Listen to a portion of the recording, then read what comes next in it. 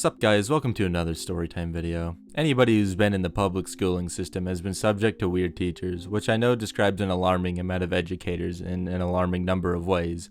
I'm talking creepy teachers, 2,000-year-old teachers that look like the air coming from the air conditioning duct would shatter them, completely incompetent teachers, etc, etc. But the subject of today's story is guilty of trying to indoctrinate the youth of the middle school I went to and having a peculiar temper. Mr. Pacific, as I shall call him, taught 8th grade science and earth science, and by unhappy chance I had him for 2 years in a row. Let me tell ya, this guy was off the deep end about global warming / pollution / climate change, whatever. And by that I mean this boomer was convinced that the current climate / pollution crisis is 30 times worse than it actually is. It's all the millennials' fault, and it's up to the zoomers to fix everything or the earth will literally explode by 2050. I know it sounds like an exaggeration, but all that is pretty much direct from the source himself. Like, he said he uses SPF 120 sunscreen because he's convinced the ozone layer has just completely dissolved, and without that strong of sunscreen he'll develop terminal skin cancer and die within a week or something. And I'm also pretty sure he unironically had a shrine worshipping Bill Nye somewhere. He once interrupted our lesson on nebulas and star formation to talk to us about overfishing and illegally selling shark fin soup, which is a real issue but is also entirely inappropriate for the context of the class. And this isn't a once in a blue moon thing, it happened like every other class period.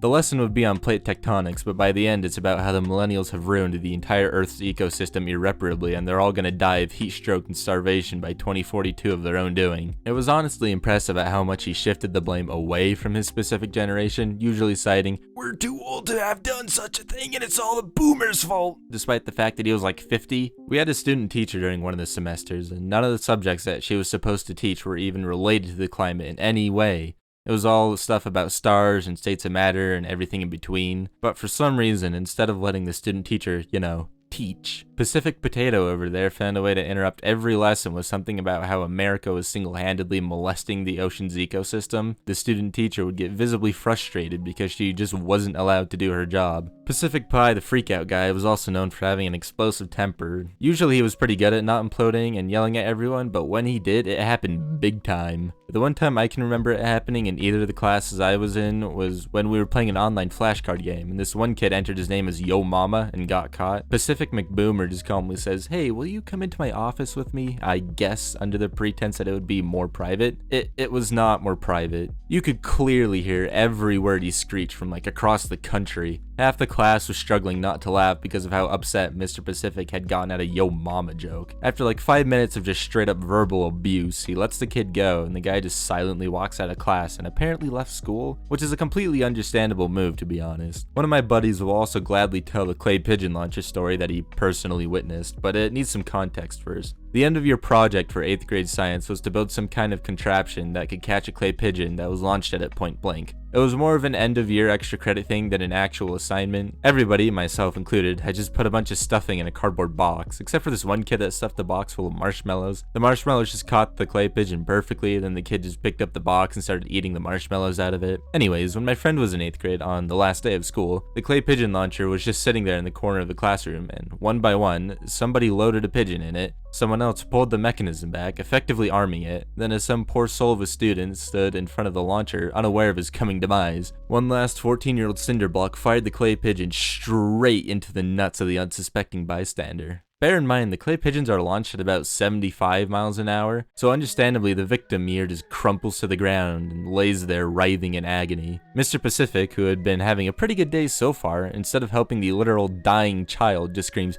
"Everybody get the hell out of my classroom!" Which ended up being kind of a bonus for everyone because they all got to leave class 15 minutes early. Except for the newfound eunuch, obviously. Anyways, that's it for today's episode. Subscribe if you want to watch me not upload until COVID ends.